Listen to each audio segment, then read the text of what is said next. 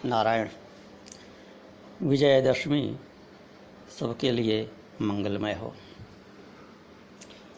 अब पुनः श्रीमद् भगवद गीता पर आते हैं, जो नवरात्र से पूर्व चल रहा था। उसी श्रृंखला को आगे बढ़ाते हैं। दूसरे अध्याय के 21वें श्लोक तक हो गया था। अब 22वां श्लोक और उससे आगे। वासांसि जीर्णानि यथा विहाय नवानि गृह्णाति नरोपराणि तथा शरीराणि विहाय जीर्णान् अन्यानि संयाति नवानि देहि। बहुत प्रसिद्ध श्लोक है यह।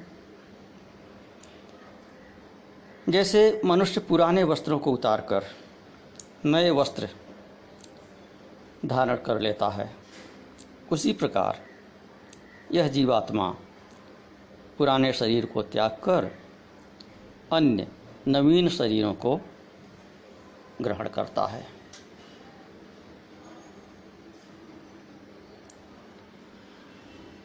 यहाँ यह भाव नहीं है कि जीवात्मा को शरीर त्याग करते ही दूसरा शरीर मिल जाता है।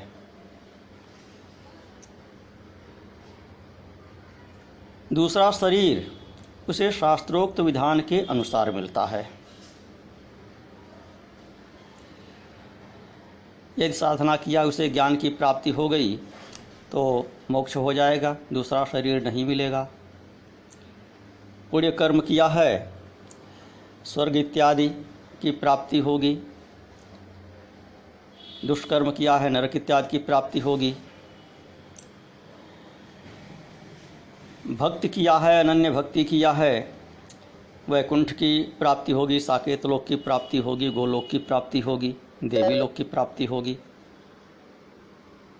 तो सन्यासी इत्यादि ज्ञानी जिनका मोक्ष हो गया, उनकी तो बात अलग है। यह श्लोक वहाँ पर इसी रूप में लागू नहीं होता है। वह तो इस शरीर में रहते हुए ही मुक्त हो जाते हैं, उनको शरीर रहने का, छोड़ने का कोई तात्पर्य नहीं रह जाता है। और वे वस्त्र की भांति दूसरा शरीर नहीं धारण करते हैं। किंतु जिनके कर्म शेष हैं, जिनका पुनर्जन्म होना है, उनके लिए बता रहे हैं कि जैसे कोई व्यक्ति वस्त्र बदलता है, पुराने वस्त्र को छोड़कर नया धारण कर लेता है, उसी प्रकार यह जीव शरीर को छोड़कर दूसरा शरीर धारण कर लेता है। और दूसरा शरीर कैसे धारण कर लेता है, किस प्रकार का शरीर धारण कर लेता है? तो जैसे वस्त्र बदलने वाला अपनी क्षमता के अनुसार बदलता है वस्त्र। कोई महंगे वस्त्र पहनता है, कोई सस्ते पहनता है, कोई एक वर्ष पर बदलता है, कोई और अधिक समय पर बदलता है, कोई 6 महीने पर बदलता है, कोई 6 महीने, कोई 3 महीने पे, कोई प्रतिदिन ही बदल देता है। तो जीव का जैसा कर्म होता है, उसी के अनुसार उसका संकल्प होता है। उसी संकल्प क्षमता के अनुसार, उसी संकल्प भावना के अनुसार उसको अगला शरीर प्राप्त होता है। क्षुद्र कोटि का है तो क्षुद्र शरीर प्राप्त होगा। उच्च कोटि का है, उच्च कोटि का उसका संकल्प है, उच्च कोटि के कर्म हैं, तो उच्च कोटि का शरीर, उच्च कोटि का कुल प्राप्त होगा। अथवा स्वर्ग इत्यादि देव शरीर प्राप्त होगा उसे। अब एक प्रश्न होता है कि जिनकी आयु बहुत ही कम होती है, जो पैदा होते ही मर जाते हैं, उन पर इस श्लोक की संगति कैसे बैठेगी? क्या उनका शरीर जीर्ण हो गया? यहाँ तो जीर्ण की बात कही जा रही है।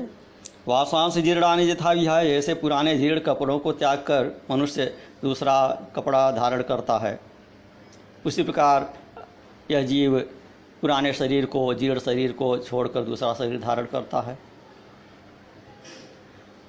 तो यहाँ पर भाग त्याग लक्षणा लगानी होगी। यह एक सामान्य दृष्टांत दिया गया। अल्प आयु तो अपवाद की चीज़ें हैं, बाल मृत्यु तो अपवाद की चीज़ें हैं। सामान्य दृष्टांत दिया गया कि सामान्यतः जैसे होता है।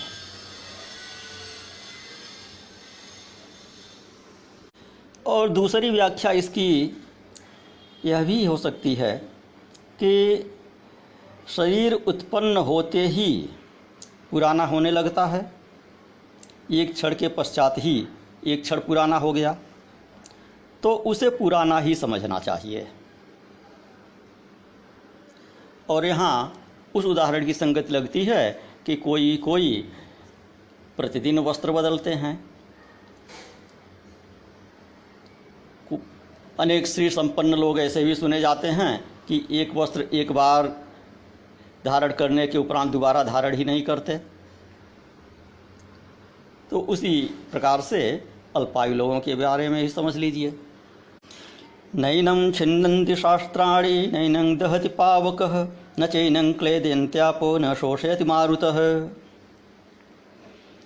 तो कहते हैं इस जीवात्मा को शस्त्र काट नहीं सकते, इसको अग्नि जला नहीं सकता, जल इसे गीला नहीं कर सकता और वायु इसे सुखा नहीं सकता।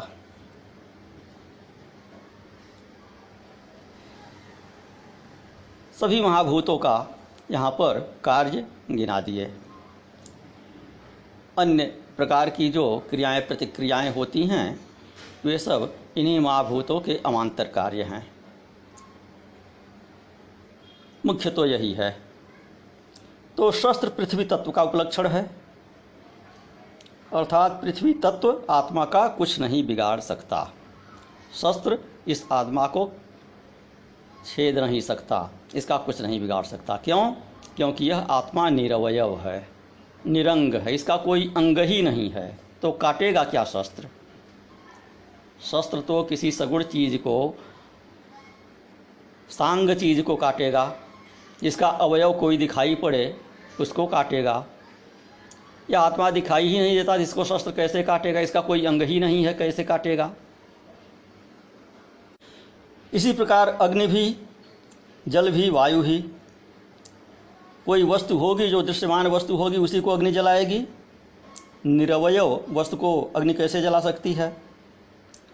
कैसे जला सकता है? जल तत्व और वायु तत्व पर भी आत्मा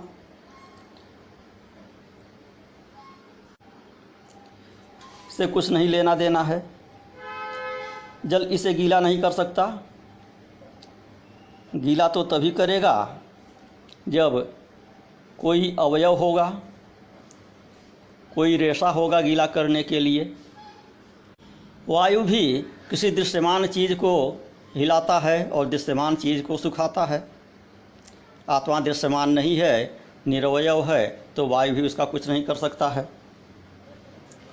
आकाश को इसमें छोड़ दिए हैं। नैनं छिन्नति शस्त्राणि नैनं दहति पावक। शस्त्राणि से पृथ्वी तत्व लिए, पावक स्पष्ट रूप से कह दिए, जल भी स्पष्ट रूप से कह दिए, न चैनं क्लेदयन्ति आपो, और वायु भी स्पष्ट रूप से कह दिए, न शोषयति मारुतः। चार महाभूतों को ले लिए। फिर आकाश को क्यों नहीं? क्योंकि आकाश स्वयं निरवयव है, उसमें कोई क्रिया प्रतिक्रिया नहीं है। वायु दृष्टिगोचर नहीं होता है, किंतु वह सावयव है, क्योंकि यदि वह सावयव न होता तो उसमें चलन वलन की क्रिया नहीं होती। वह वृक्ष के पत्तों को कैसे हिलाता, कैसे धूल उड़ाता, कैसे चीज़ों को उड़ाता, तो इसलिए उसे निरवयव नहीं कह सकते हैं। हाँ, आकाश निरवयव है। फिर प्रश्न उठता है कि क्या आत्मा और आकाश एक ही हैं? तो उत्तर है नहीं। एक अंतर है दोनों में। आत्मा निर्गुण है, निरवयव है और निर्गुण भी है। आकाश निरवयव है लेकिन निर्गुण नहीं है, उसमें एक गुण है। क्या? आकाश में शब्द का गुण है, आत्मा में शब्द का गुण अथवा कोई भी गुण नहीं है। पुनः इसी बात को और अधिक पुष्ट करते हैं। अच्छेद्योऽयम् अदाह्योऽयम् अक्लेद्योऽयम् अशोष्य एव च नित्यः सर्वगतः स्थाणुरचलोऽयं सनातनः। यह आत्मा अछेद्य है, अदाह्य है, अक्लेद्य है और अशोष्य है तथा यह नित्य है, सर्वगत है, स्थिर रहने वाला है और अचल है, सनातन है। तो जीव के 6 विशेषण बताए। आत्मा शब्द का प्रयोग अभी जो हमने किया उसका अर्थ यहाँ पर जीव से लगा मैं। नारायण, बीच में थोड़ा लंबा व्यवधान आ गया, अतः 24वां श्लोक पुनः कहते हैं आरंभ से। अच्छेद्योऽयम् अदाह्योऽयम् अक्लेद्यो अशोष्य एव च नित्यः सर्वगतः स्थाणुरचलोऽयं सनातनः। यह आत्मा अच्छेद्य है, अदाह्य है, अक्लेद्य है और अशोष्य है और यह नित्य है, सर्वगत है, स्थिर रहने वाला है और अचल है तथा सनातन है। 23वें श्लोक को ही इसमें और अधिक पुष्ट कर रहे हैं। वहाँ पे बता चुके कि नैनं छिन्दन्ति शस्त्राणि नैनं दहति पावकः न चैनं क्लेदन्त्यापो न शोषयति मारुतः। वही फिर यहाँ दोहरा रहे हैं। दूसरे शब्दों में अच्छेद्योऽयम् अदाह्योऽयम् अक्लेद्यो शोष्य एव च नित्यः सर्वगतः स्थाणुरचलोऽयं सनातनः। तो यहाँ अच्छेद्यता, अदाह्यता, अक्लेद्यता, अशोष्यता, नित्यता और सर्वगतता यह जीव के विशेषण हैं तथा स्थाणुरचलोऽयं सनातनः, स्थाणु की भांति स्थिर और सनातन यह आत्मा का विशेषण है।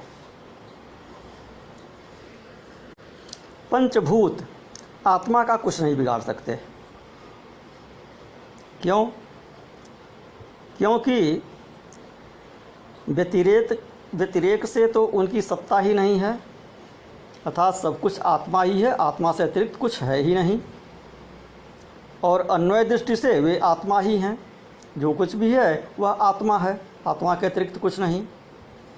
तो जो कुछ भी दिखाई देता है वह आत्मा ही दिखाई देता है, अन्य कुछ नहीं। और दूसरी दृष्टि यह है कि केवल आत्मा सत्य है, अन्य जो कुछ भी दिखाई देता है वह मिथ्या है। तो दोनों ही दृष्टियों से इन प्रपंचों की, पंचमहाभूतों की सत्ता ही नहीं है, सभी आत्मा ही हैं। तो अपना ही कोई अपने से कुछ नहीं बिगाड़ सकता, कोई दूसरा ही दूसरे का कुछ बिगाड़ सकता है। अब प्रश्न है कि नित्य कहे तो सनातन कहने की क्या आवश्यकता थी? नित्य सर्वगतः स्थाणुरचलोऽयं सनातनः। तो इसलिए कि नित्य तो प्रकृति भी है, किंतु महाप्रलय में प्रकृति का नाश हो जाता है, वह परमात्मा में, परब्रह्म में विलीन हो जाती है। किंतु आत्मा तब भी रहता है, प्रकृति का आत्मा में विलय हो जाता है और आत्मा केवल शेष बचता है। इसलिए प्रकृति को और आत्मा को, दोनों को नित्य तो कहे, लेकिन सनातन वही है जिसका कभी किसी में विलय न हो।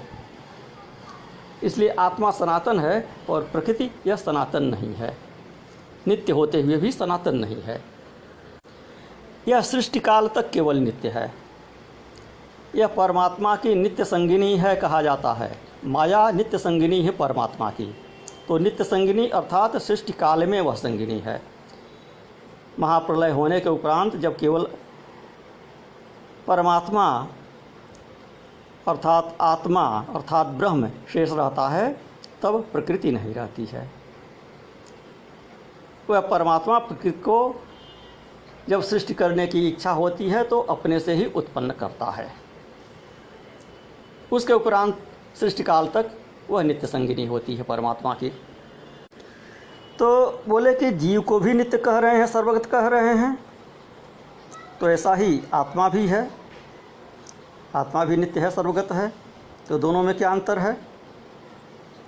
तो अंतर यह है कि जीव व्यक्त है, यह मन और बुद्धि का विषय है, किंतु आत्मा अव्यक्त है, आत्मा मन और बुद्धि का विषय नहीं है।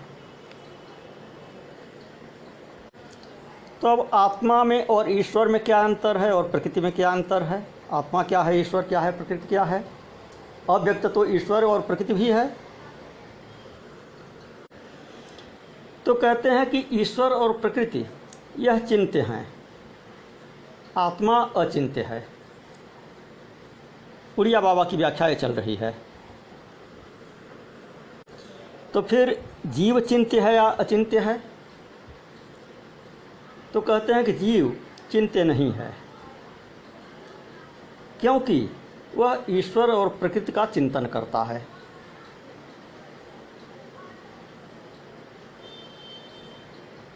अब प्रश्न है कि स्थाणु और अचल दोनों में क्या अंतर है? दोनों विशेषणों का क्यों प्रयोग किए? तो कहते हैं अचल तो वृक्ष भी है, परंतु अपने शाखा पत्र इत्यादि के द्वारा है और हिलने भी लगता है। किंतु स्थाणु अर्थात वृक्ष का ठूंठ ये सर्वथा स्थिर रहता है। अतः आत्मा को यहाँ स्थाणु के समान स्थिर रहने वाला कहा गया, अर्थात स्थाणु के समान ठूंठ वृक्ष के समान जो अचल है।